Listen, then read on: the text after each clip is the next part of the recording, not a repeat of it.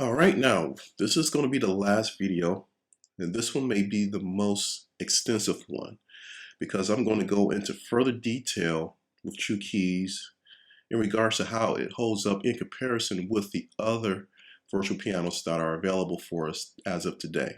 So I'm going to compare EZKeys with Addictive keys made by XLN Audio. I'm going to also compare it with EZKeys by TuneTrack, and also another virtual piano of mine's made by Sign Samples, the piano in blue. So what I will be covering in these three pianos is things like dynamics, mic selection, and how they sound compared to each other, expression, little things like that, so that you can hear for yourself. Now, one of the first things that I want to show you, and you may have to have headphones for this, what I'm going to do, now let me load up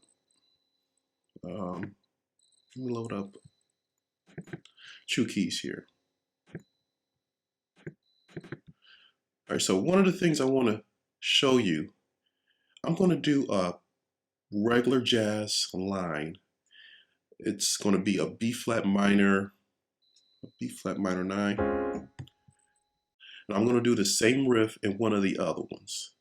And for some reason, you may have to, I recommend that you use headphones for this one because it's very subtle. It may be very subtle, or you may be able to tell instantly. But I'm going to do this riff in EZKeys. I'm going to do it in another one. And it seems like EZKeys, this riff sings a lot better. So actually, let me go ahead and load up Addictive keys. I'll put away EZKeys for a minute. All right, and Studio Grand. All right, so I'm going to do this riff here.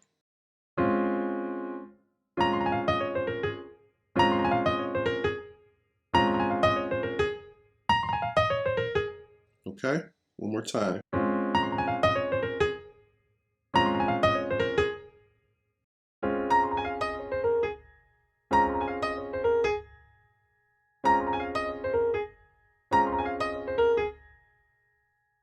To me, that riff just sings a lot better in EZKeys. It resonates. It just feels so much more authentic.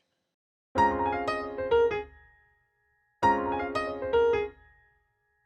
right, this is EZKeys, and this is Addictive keys.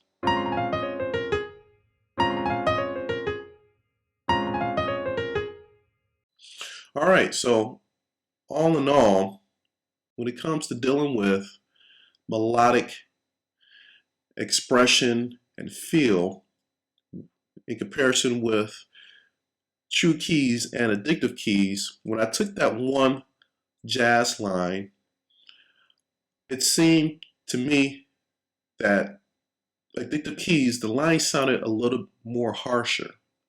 I believe that's the best analogy that I can come up. It sounded harsher than EZKeys did. EZKeys to me sounded a lot more organic. It resonated. It sang the notes a lot better to me, and it just felt good playing it. Okay, now we're going to work with EZKeys and how it compares to EZKeys. This is TuneTrack's Steinway D. They also sampled a Steinway D, and I also failed to mention in the other video with the Addictive keys, that was also a Steinway D. So now we're working with EZKeys TuneTrack Steinway D and how it holds up against the Steinway D for EZKeys. Now we're still talking about expression and things like that has to do with dynamics. What I decided to do is take a piece out of Chick Corea, Spain, and play with that one measure, a couple measures, what have you, and played it with both of the pianos here. So okay, so here we go.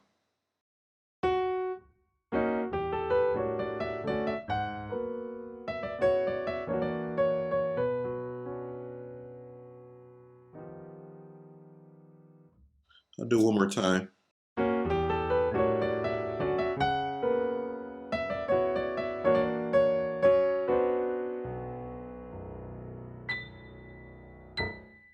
All right, now I'm going to do the same thing in True Keys.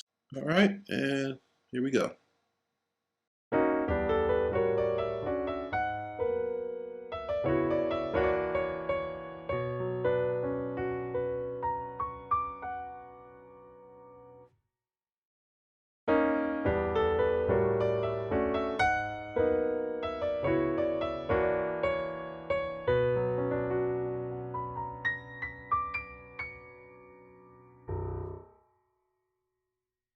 Okay, so there you have it. I mean, and I'm not trying to be biased. I don't feel like I'm being biased. I mean, I do love all three pianos, but True Keys stands out. And I believe when it comes to the debate about expression, True Keys, it sings out better than the other pianos.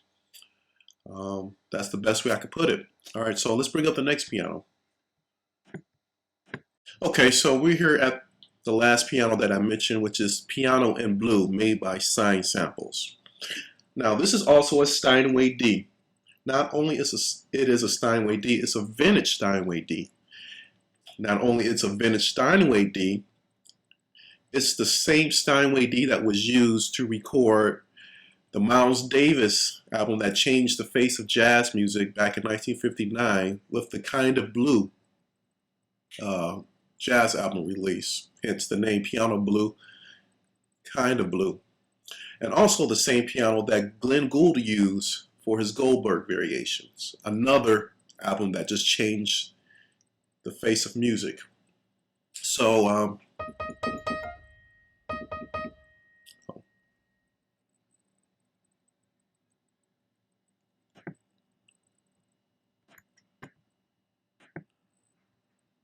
if I turn up the volume here, we turn up, make sure we got a good comfortable volume so we can hear. Let me go ahead.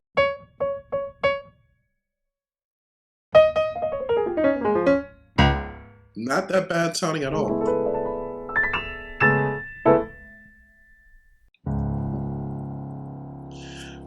See, I'm going to play, let me see, I'm going to play something classical.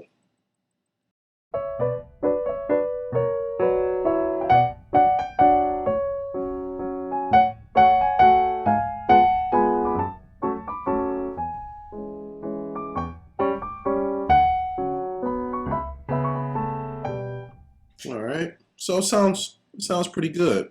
In fact, this is like one of my favorite pianos that I go to.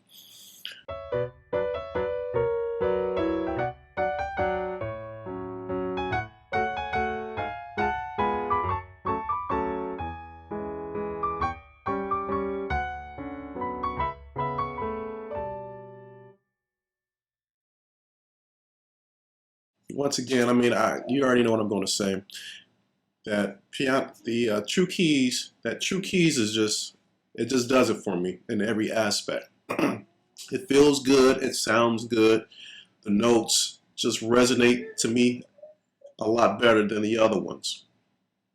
Now, hopefully by watching my videos, I hope that you're able to make your own decision. My purpose is to give you an example of the pianos that I think are the most popular and allow you to compare for yourself and make your own judgment. When it comes for me, I mean, True Keys is my favorite piano. I mean, it will be my go-to piano. By watching my videos, if they help you with your decision making as far as what type of piano to get, and if you decide to go with True Keys, it's definitely worth every dollar. Trust me.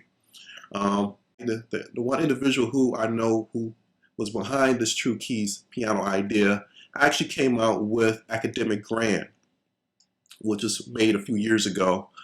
It was a Steinway D recorded at the University of Arkansas, I believe. That's what he said. And the piano sounded beautiful. It was something that was way ahead of its time at that moment compared to the other pianos that was available on the market at that moment. So And this particular piano just had deftness, it had richness. It was something about his sampling process that stood out the norm. And after that was released the Kauai Grand.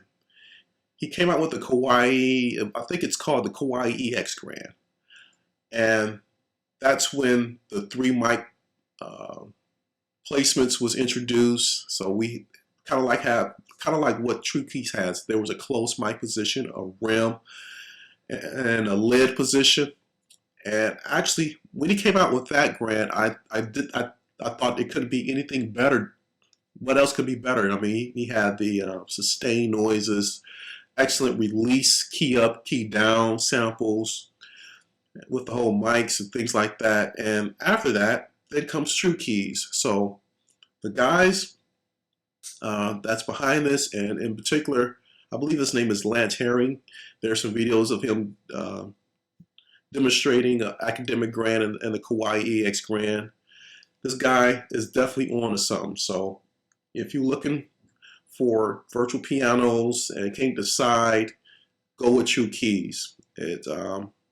I think it's not even fair to compare it to Synthogy Ivory, because that one only has one mic perspective. So I believe EZKeys have set a standard when it comes to virtual pianos. If anyone who's going to come out with virtual pianos today and going forward, we're going to need 3 mic placements, at least 3, and with all the release samples, key up, key downs, sustain, una corda, that's going to have to be the standard. If anything else is below that, I don't know. I don't think it'd be worth it. But this is a new standard. This sets a bar that I believe a lot of people is going to have to meet. All right, so thank you for watching. I hope these videos were helpful, and stay tuned for my other videos. If you have any questions, just shoot me a message. Feel free to subscribe to the channel so you can stay updated with things I may review or songs that I may give tutorials on. So, peace. Thank you for watching.